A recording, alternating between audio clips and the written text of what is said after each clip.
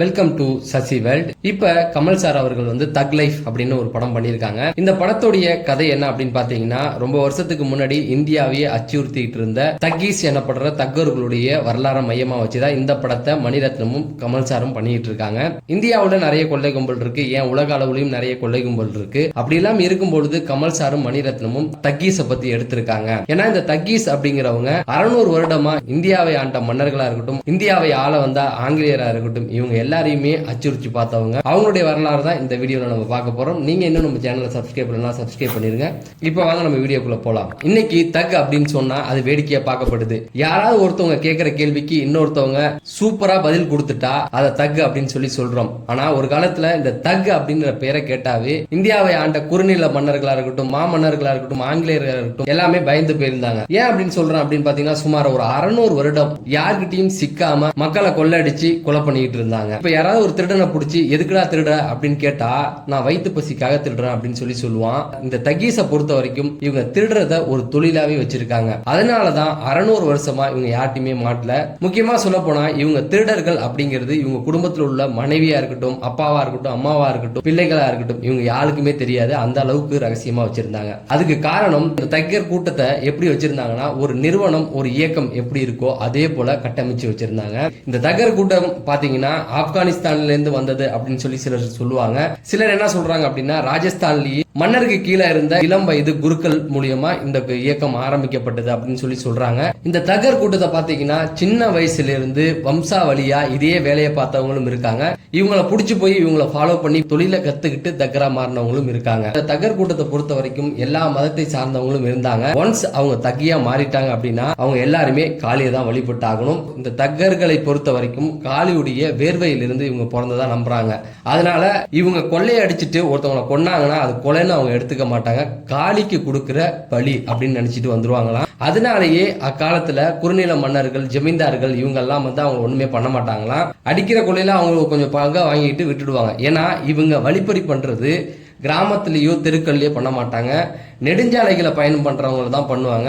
அது அவங்களுக்கு எந்த ஒரு பிரச்சனையும் இல்லாதனால அவங்க கண்டுக்காத மாதிரி விட்டுட்டாங்க. இவங்க கொலை செய்யறதுக்கு எந்த ஆயுதத்தை பயன்படுத்தினாங்க அப்படின்னா, மஞ்சள் அல்லது வெள்ளை நிற துணியை தான் பயன்படுத்திருக்காங்க. அந்த துணியை பயன்படுத்தி என்ன பண்ணுவாங்கன்னா, அந்த துணிக்கு நடுவுல ஒரு காயினை வச்சு கட்டிடுவாங்களாம். யாராவது வந்தாங்க அப்படின்னா அவங்க கழுத்தை இறுக்கி கொன்றுவாங்க. ரொம்ப நேரம் எடுக்க மாட்டாங்களாம், சில வினாடிகள்லயே அதை பண்ணிடுவாங்களாம். இப்படி கொல்லும் பொழுது அவங்க உடம்புல இருந்து ரத்தம் மட்டும் வந்துடக்கூடாது, அது வராத அளவுக்கு பாத்துக்குவாங்க. அந்த ட்ரைனிங் எல்லாம் நல்லா எடுத்ததுக்கு அப்புறம் தான் கொள்ளையடிக்க வருவாங்களாம். இப்ப இந்த குழுவுல 3 பிரிவுகள் இருக்குமா. உளவு பார்ப்பது, கொள்ளையடிப்பது, குழி தோன்றது அப்படின்னு சொல்லி 3 பிரிவுகள் வச்சிருந்தாங்க. இவங்க எப்படி கொள்ளை அடிக்க போறாங்க அப்படிங்கறத பார்க்கலாம். அந்த காலத்துல பெரும் பெரும் பணக்காரர்கள் மாட்டு வண்டி வழியா தான் நெடுஞ்சாலைகள்ல பயணம் செய்வாங்க. அப்படி போகும்பொழுது இந்த தகர்கள் என்ன பண்ணுவாங்கன்னா, அவங்களுக்கு அவங்களுடைய உளவு பிரிவு மூலியமா செய்தி வந்துடும். செய்தி வந்ததுக்கு அப்புறம் சுமார் ஒரு 32 கிராமங்கள்ல 500-600 வீடுகள்ல இவங்க வாழ்ந்துகிட்டு இருந்திருக்காங்க. அப்படி செய்தி வந்ததும் அவங்க எல்லாருமே வந்துருவாங்க. வந்து ஒரு பக்காவா ஒரு பிளானை போட்டுருவாங்க.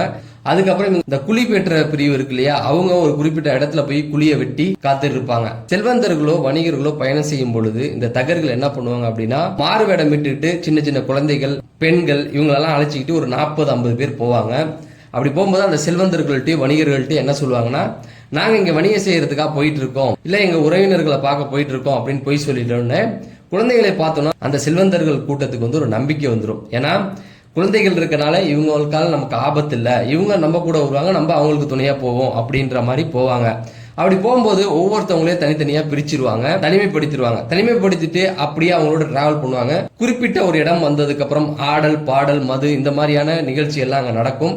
நடந்ததுக்கு அப்புறம் அந்த தகர் கூட்டத்துடைய தலைவன் தபக்கோ லேக்கியாவ் அப்படிங்கிற ஒரு வார்த்தையை ஹிந்தியில சொல்லுவாராம். அதை சொன்ன வேகத்துக்கு யாரையெல்லாம் கொல்லணுமோ அவங்க கழுத்துல மஞ்சள் கயிறை வச்சு இறுக்கி அவங்க கொன்றுவாங்களாம். கொன்னுட்டு அந்த குழிகளில் புதைச்சிட்டு அவங்களுக்கு தேவையான திங்ஸ் எல்லாம் எடுத்துட்டு பக்கத்தில் இருக்க நீர்நிலைகளில் தேவையில்லாத பொருட்களை போட்டுட்டு கிளம்பிடுவாங்களாம். இப்படிதான் அவங்க கொள்ளையடிக்க போயிருக்காங்க. இவங்க காளியோடைய உத்தரவு இல்லாம கொள்ளைக்கு போக மாட்டாங்களாம். அதாவது கொள்ளை அடிக்கணும் முடிவு பண்ணதுக்கு அப்புறம் காளி கிட்ட வரம் கேட்பாங்களாம். காளி இவங்களுக்கு உத்தரவு கொடுக்கணும். ஏதாவது மிருகங்கள் மூலியம், பள்ளி, ஆந்தை, இப்படி ஏதாவது ஒரு மிருகங்கள் கத்தணும். பறவைகளா இருக்கட்டும், மிருகங்களாகட்டும், ஏதாவது ஒன்று கத்துனா மட்டும்தான் அது காளியுடைய சகுனமா எடுத்துக்கிட்டு போய் அவங்க வந்து கொள்ளையடிக்க போவாங்க. இப்படி கொள்ளையடிச்சுக்கிட்டு யார்ட்டையும் மாட்டாம இருந்தவங்க வெள்ளக்காரங்க காலத்துல என்ன பண்ணிட்டாங்கன்னா, லார்ட் பெண்டிங் பிரபு அப்படிங்கிறவர் கல்கத்தாவில் போர்ட் வில்லியம் அப்படிங்கிற பகுதியில் ஆட்சி செஞ்சுக்கிட்டு இருக்காரு 1809. இவருக்கு இந்த விஷயம் போகுது. இந்த மாதிரி நெடுஞ்சாலைகள்ல போற செல்வந்தர்கள், வணிகர்கள் இவங்களெல்லாம் வந்து கொள்ளையடிச்சு கொண்டுடுறாங்க அப்படிங்கறத கேள்விப்பட்டு ஒரு நல்ல ஆளை தேடிட்டு இருக்காரு. வில்லியம் ஹென்ரி ஸ்லீமன் அப்படிங்கிற ஒருத்தவர் இந்த தகீஸை பத்தி தெரிஞ்சுக்கிட்டு இவங்களை பிடிக்கிறதுல ஆர்வமா இருக்காரு. அதை தெரிஞ்சுக்கிட்ட லார்ட் பெண்டிங் பிரபு அவரே வந்து இந்த குழுவை கண்டுபிடிக்கிறதுக்கு நியமித்து அவருக்கு ஒரு டீமை ரெடி பண்ணி தராரு. இவர் எப்படி இந்த தகர்கள் எங்கெங்கெல்லாம் வாழ்ந்துகிட்டு இருக்காங்க அப்படிங்கறத கண்டுபிடிச்சிடாரு. கண்டுபிடிச்சு அவங்க ஃபேமிலி கிட்ட போயிட்டு ஒரு சில விஷயங்களை கேதர் பண்றாரு. கேதர் பண்ணிட்டு இந்த தகர்கள் எப்படி கொலை பண்றாங்க அப்படிங்கறத தெரிஞ்சுக்கிறதுக்கு சமீபத்தில் அவங்க யாரெல்லாம் கொண்டிருக்காங்களோ அவங்களெல்லாம் தோண்டி எடுத்து அவங்கள வந்து போஸ்ட்மார்ட்டம் பண்ணி பார்த்துருக்காரு. அதை வச்சு அவங்க எப்படி கொலை பண்றாங்க அப்படிங்கிறத கண்டுபிடிச்சிக்கிறாரு. அப்படி ஒரு சில சமயம்ல ஒரு சில தகர்கள் மாட்டிருக்காங்க. அவங்கள ட்ரீட் பண்ற விதத்துல ட்ரீட் பண்ணி அவங்கள்ட்ட சில உண்மையை கண்டுபிடிச்சிடறாரு. அப்படி ஒருத்தன் சொன்ன விஷயத்துல தகர் கூட்டத்துடைய தலைவன் தகி மேராம் அப்படிங்கிறவர், அவரை பிடிக்கணும் அப்படின்னு பாத்தீங்கன்னா பிராங்கியா அப்படிங்கிறவரை பிடிச்சா மட்டும்தான் அந்த தகர் கூட்டத்து தலைவனை பிடிக்க முடியும் அப்படிங்கிற மாதிரி சொல்றாங்க. தகீஸ்லயே ரொம்ப புத்திசாலியா இருக்கிற ஒருத்தர் தான் அந்த தலைவரை தேர்ந்தெடுப்பாங்க. அவ்வளவு சீக்கிரம் அவரை பிடிக்க முடியாது, அனைவராலையும் அவரை பார்க்கவும் முடியாது, குறிப்பிட்ட சிலரால தான் பார்க்க முடியும் அப்படிங்கறத சொல்றாரு. அப்ப என்ன பண்றாரு அப்படின்னா, இந்த பிராங்கியா அப்படிங்கிறவரை கண்டுபிடிக்கிறதுக்கு ஒரு உத்தரவு போடுறாங்க. அவங்க குடும்பத்தை போய் நேரா கண்டுபிடிச்சு வச்சிடறாங்க. இப்ப இந்த செய்தியை சொல்றவர் வந்து அந்த பிராங்கியாவுக்கு உறவினர். அதனால அவங்க ஃபேமிலியை ஈஸியா கண்டுபிடிச்சு ஒரு குறிப்பிட்ட நாள் அவன் வந்து போயிட்டு இருக்கான் அப்படிங்கிறத கண்டுபிடிச்சு நேரா அவங்க வீட்டுக்கு போய் நிக்கிறாங்க. அவன் வீட்டுல வந்து சாப்பிட்டுக்கிட்டு இருக்கும்போது அவருக்கு ஒரு செய்தி வருது. அந்த பிராங்கியாவுக்கு உன்னை பிடிக்கிறதுக்காக ஆங்கிலேய படை வருது அப்படின்னா அவன் தப்பிச்சு போயிடுறான்.